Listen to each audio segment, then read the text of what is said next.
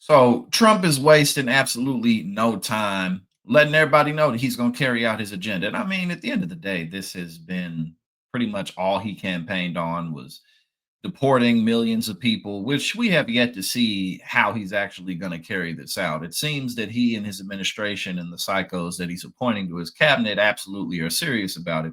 There's no reason for anybody to believe that he's not serious about it, and that the true believers that he's appointing to his cabinet aren't going to do everything that they can, especially before the 2026 midterms, to get as much of this done as possible. So let's go ahead and check this out and read. This is from the Daily Beast. President elect Donald Trump verified today that he intends to declare a national emergency and use the U.S. military to deport millions of people when he takes office in a few months. Tom Fitton, who leads the conservative activist group Judicial Watch, wrote on Trump's Truth Social platform earlier this month that the Republican politician is prepared to declare a national emergency and will use military assets to reverse the Biden invasion through a mass deportation plan. I always love the idea of the Biden invasion, as if the majority of undocumented immigrants haven't been here for years. Most of them overstayed their visas, so it's not like all these people just flooded into the country over the last 4 years. But I digress. Let's continue. Trump quoted in his post with an emphatic corroboration. True. He said, true. True. He gonna get that done. Trump pledged throughout the campaign that he would swiftly move to detain and deport millions of undocumented migrants. Unlike his first run for office in 2016, when his hardline immigration campaigning focused on building a border wall, this year he preached aggressive legal crackdowns that would involve a broad swath of agencies and potentially America's military. So again, if you got to deploy the military to do this, I mean, what does that ensue? What does that imply? It implies that it's going to be a violent effort. It's going to be a rough and aggressive effort to make this happen, and that a demonstration and that a message is going to be sent. Do not come here, and if you are here, then get out. Because Tom Homan, the guy who he's putting it as head of the borders, are, he's not playing around. He said that, when he was asked, is there a way to deport families without separating them? He said, of course there is. They can be deported together. So again, these people aren't kidding around. They're true believers when it comes to this stuff. Sources familiar with the plans told CNN over the weekend that Trump's aides are already plotting how to expand detention facilities, including in metropolitan areas. Politico reported today that Trump's team is also devising ways to create executive orders that will withstand legal challenges from human rights groups. Because, of course, when they start doing this, Trump's going to be getting sued by everybody, with his agenda, not just to deport people, but the tariffs across the board. States are going to be suing him. His efforts to dismantle the Department of Education, his effort.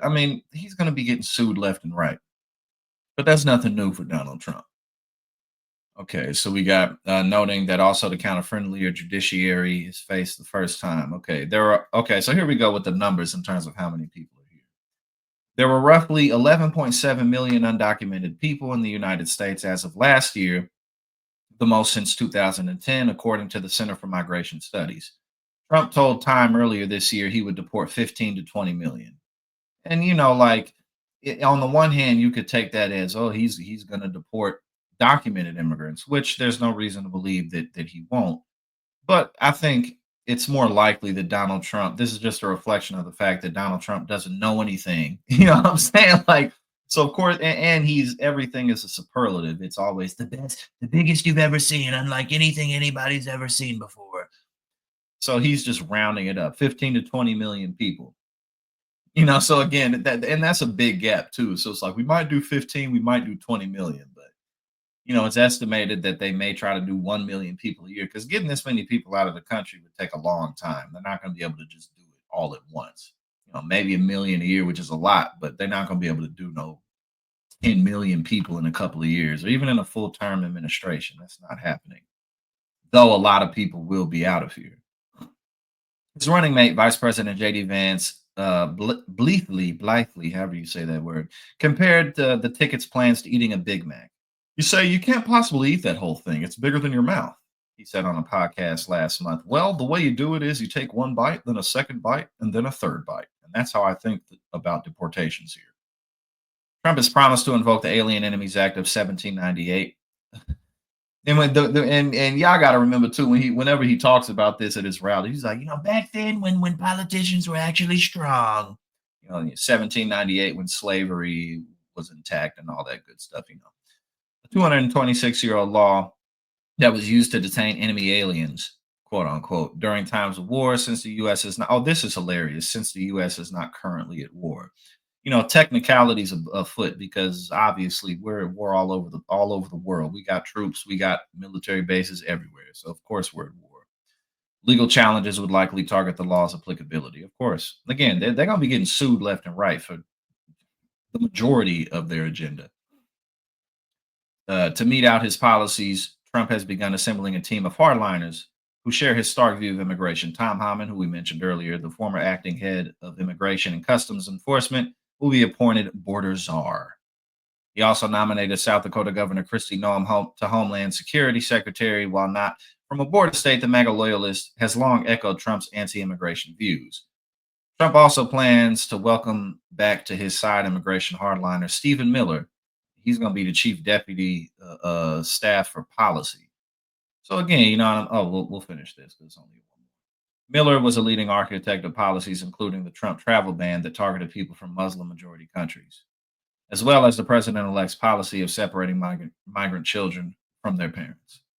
And again, as we know, when it comes to stuff like this, the cruelty is the point. But there's absolutely no reason to believe, not just because of Trump, but again, the people that he's putting into his administration, there's no reason to believe that they're not going to do absolutely everything they can to get this done. Hey now, thank you so much for tuning in here at Politics and Paper. If you like what I do and you support my work, go ahead and subscribe. I greatly appreciate it and really helps to support what we do here.